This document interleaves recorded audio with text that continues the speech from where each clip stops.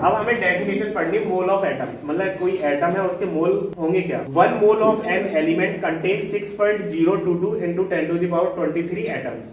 मतलब अगर एक मोल लेते हैं किसी भी एलिमेंट का, उसके 1 मोल में कितने एटम होंगे, 0.022 into 10⁻23। याद रखना, बार बार क्वेश्चन में आएगा ये। इसी नंबर को एवोगैड्रो नंबर भी बोलते हैं, ठीक है। And it is equal to its gram atomic mass. और ये चीज किसके इक्वल होगी, जब वेट करके निकाला गया तभी तो ये नंबर आया था, तो ये उसके एटॉमिक मास के इक्वल हो जाती है। तो ये एक तरह से डेफिनेशन लिख दी। एग्जांपल है 1 मोल ऑफ ऑक्सीजन कंटेन्स, अगर ऑक्सीजन का 1 मोल लिया जाएगा उसमें इतने सारे क्या होंगे, एटम होंगे। हाइड्रोजन का 1 मोल लिया जाएगा तो उसमें इतने सारे नंबर होंगे एटम्स के, ठीक है। तो मोल ऑफ एटम्स मतलब एक मोल अगर एटम का लिया जाता है तो उसमें कितने सारे एटम होंगे वो चीज बताइए, ठीक है।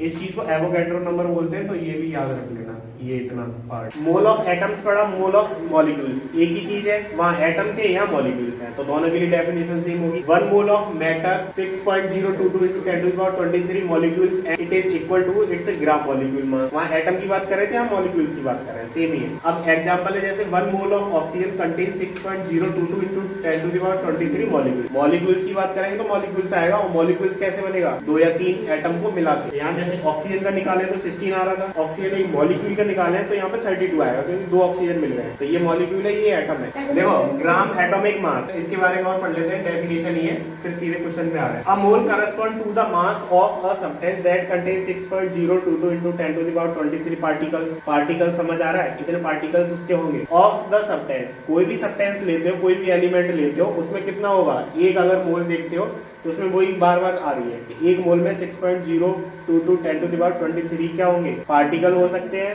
एटम्स भी हो सकते हैं। द मोल इज द ऐसा unit for amount of a substance. किसी भी सब्सटेंस का जब अमाउंट निकालोगे उसके लिए एक नई यूनिट बना दी हमने, मोल। ये बोला यार कितने मोल है, जैसे कोई एलिमेंट लिया कि कितने मोल लिया है, 1 मोल 2 मोल 3 मोल, तो एक ही यूनिट होगी ऐसा यूनिट। 1 मोल ऑफ सब्सटेंस, किसी भी सब्सटेंस का अगर 1 मोल लेते हो तो वो किसके इक्वल है, ग्राम atomic mass of the element. किसी भी एलिमेंट का ग्राम में कितना एटॉमिक मास आ रहा है, मतलब एक एटम का कितना मास आ रहा है, वो चीज है। ये दोनों इक्वल होंगे। देखो अभी एटम्स के बारे में बात कर रहे थे, अब ग्राम मॉलिक्यूल मास आया। ये H2 एक मॉलिक्यूल है, इसका वेट हमने निकाला 18U, 18 ग्राम लिख सकते हैं। मॉलिक्यूल मास ऑफ वाटर, इस वाटर के एक मॉलिक्यूल का वेट कितना है, 18 ग्राम है। इसी चीज को लिखा ग्राम मॉलिक्यूल मास ऑफ वाटर 18 ग्राम होगा।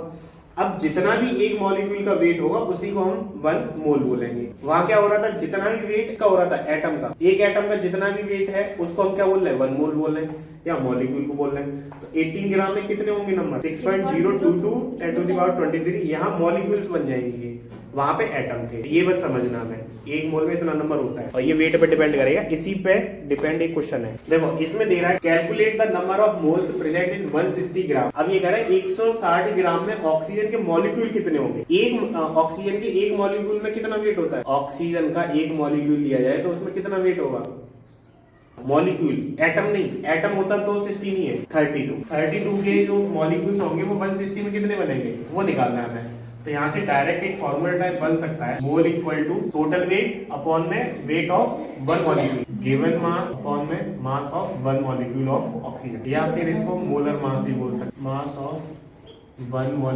मॉलिक्यूल्स ऑफ ऑक्सीजन या O2। ये चीज समझो, इसमें ये फॉर्मूला अपनी तरफ से बनाया। मोल अगर निकाल लें तो क्या होगा, गिवन मास, जो मास हमें दे रखा है उसमें हमें निकालना है, अपॉन में मोलर मास बोलो, या फिर मास ऑफ 1 मॉलिक्यूल ऑफ ऑक्सीजन जिसका निकालने हो। तो गिवन मास है तुम्हारे पास 160 अपॉन ऑक्सीजन में कितना हो जाएगा, 32, डिवाइड करो कितने मोल आएंगे, वो हो जाएगा 5 मोल्स, मोल इक्वल टू 5, ये निकालना। तो ये वही है ना कि टोटल में बस 1 का डिवाइड कर दिया है।